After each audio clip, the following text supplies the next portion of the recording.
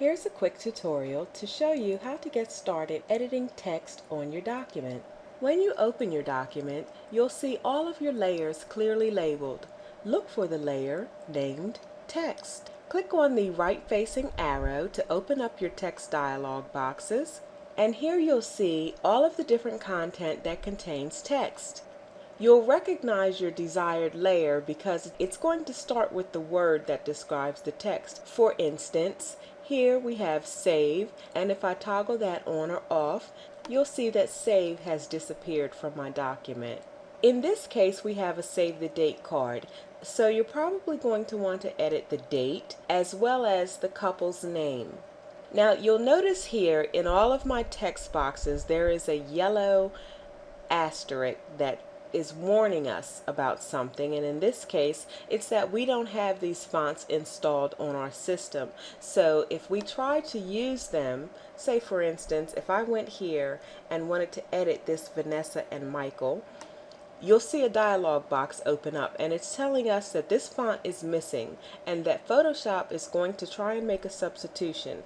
Photoshop will try to find the most similar font that you have installed and replace it. It's asking us font substitution will occur. Continue, and I'll say OK. And in this case you can see that I have nothing similar installed, and this is the font that Photoshop chose to use. So I'm just going to go ahead and undo that. Now, if you'll notice, if you click on the layer, up here in your text box, it's actually telling you the name of the font, and these little brackets indicate that it's not installed. If you didn't know the name of the font, here it is for you, and you could probably look it up. But in this case, you won't have to do that because all of our files come with the link to all of the fonts that we've used. If you'll open up your folder that contains all of your files, and then you can see here the two different fonts that we use. They're clearly labeled, one being Caviar Dreams and one being Miyama.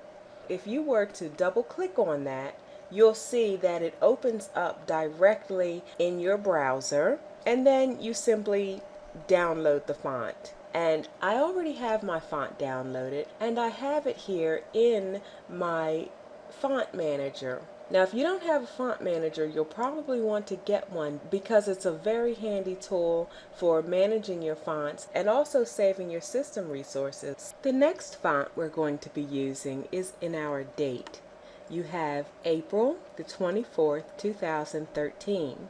And if I click on that layer, you'll see that I'm using Caviar Dreams. Once again, I'll go to my folder,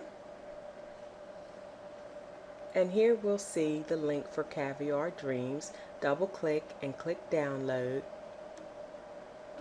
And of course I've already done that, so I'll just go here and activate my font. Now to activate your fonts, what you'll do, depending on what type of program you're using, I usually do right click and then activate the font until I restart my computer, as opposed to activating it permanently. Once you've permanently installed a font, the more fonts you have installed, the more system resources you're going to use up. So if you're not using these fonts every single day or really frequently, it's probably not advisable to do that. Once again, activate until restart. Now if I go here to Vanessa and Michael, and let's say I change it to